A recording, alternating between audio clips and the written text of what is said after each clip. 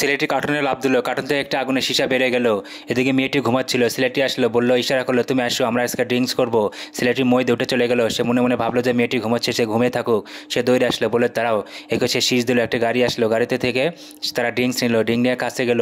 যাওয়ার সাথে দেখে যে তার গার্লফ্রেন্ড আসতেছে। সে বললো, বন্ধু দেখো, তোমার গার্লফ্রেন্ড আসতেছে, তাড়াতাড়ি তুমি সরো। কয়, ঠিক আছে, তুমি বসো, আমি ওই দিক যাই। সেখানে ম্যাজিক দেখতে লাগলো এবং তার গার্লফ্রেন্ড মনে করলো সে অন্য কেউ, এই ভেবে সে চলে গেল।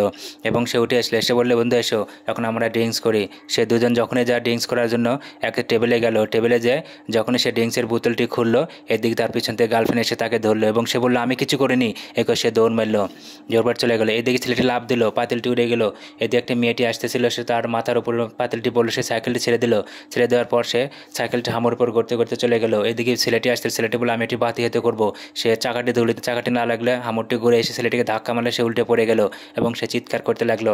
ছেলেটি বলে, লাথি মারার সাথে সাথে গাছের সাথে লাগলো, গাছের সাথে লেগে যে টারে লাগলো। দিয়ে মেয়েটি বসেছিল, সে উল্টে পড়ে গেল, চেয়ার নিয়ে সে বালুর ভিতর চলে গেল, বললো যে আমাকে বাঁচাও। ছেলেটি না বাঁচা হামরটি ছেড়ে দিল এবং মেয়েটি উল্টে পড়ে যায় চিৎকার করতে লাগলো।